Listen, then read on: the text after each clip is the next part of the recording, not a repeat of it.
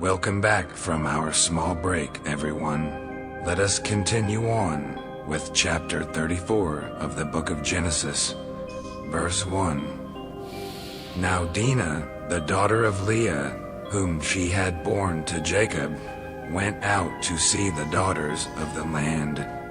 Then Shechem, the son of Hamor, the Hivite, the prince of the land, saw her, and took her and lay with her, and violated her. And he was deeply attracted to Dinah, the daughter of Jacob. And he loathed the young woman and spoke to the heart of the young woman. So Shechem spoke to his father Hamor, saying, Get me this girl as a wife. Now Jacob heard that he had defiled Dinah, his daughter, but his sons were with his livestock in the field. So Jacob kept silent until they came in. Then Hamor, the father of Shechem, went out to Jacob to speak with him. Now the sons of Jacob came in from the field when they heard it. And the men were grieved, and they were very angry because he had done a disgraceful thing in Israel by lying with Jacob's daughter, for such a thing ought not to be done. But Hamor spoke with them, saying, The soul of my son Shechem longs for your daughter. Please give her to him as a wife, and intermarry with us. Give your daughters to us, and take our daughters for yourselves. Thus you shall live with us, and the land shall be open before you. Live and trade in it, and take possession of property in it. And Shechem also said to her father and to her brothers, If I find favor in your sight, then I will give whatever you say to me. Ask me ever so much bridal payment and gift, and I will give according as you say to me. But give me the girl as a wife. But Jacob's sons answered Shechem and his father Hamor with deceit, and thus they spoke, because he had defiled Dinah, their sister. And they said to them, We cannot do this thing to give our sister to one who is uncircumcised, for that would be a reproach to us. Only on this condition will we consent to you, if you will become like us, in that every male among you will be circumcised.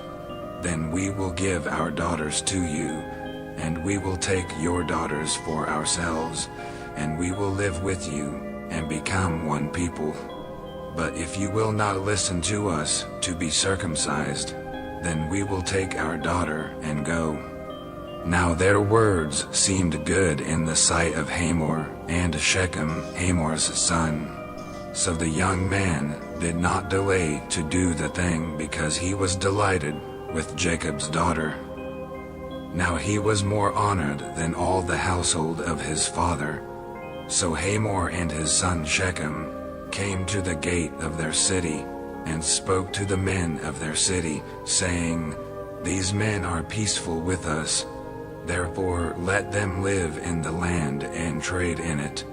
For behold, the land is large enough for them.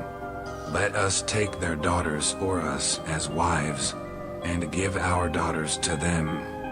Only on this condition will the men consent to us to live with us, to become one people, that every male among us be circumcised as they are circumcised. Will not their livestock and what they acquire and all their cattle be ours? Only let us consent to them, and they will live with us. And all who went out of the gate of his city listened to Hamor and to his son Shechem. And every male was circumcised, all who went out of the gate of his city. Now it happened on the third day, when they were in pain, that two of Jacob's sons, Simon and Levi, Dinah's brothers, each took his sword, and came upon the unsuspecting city, and killed every male.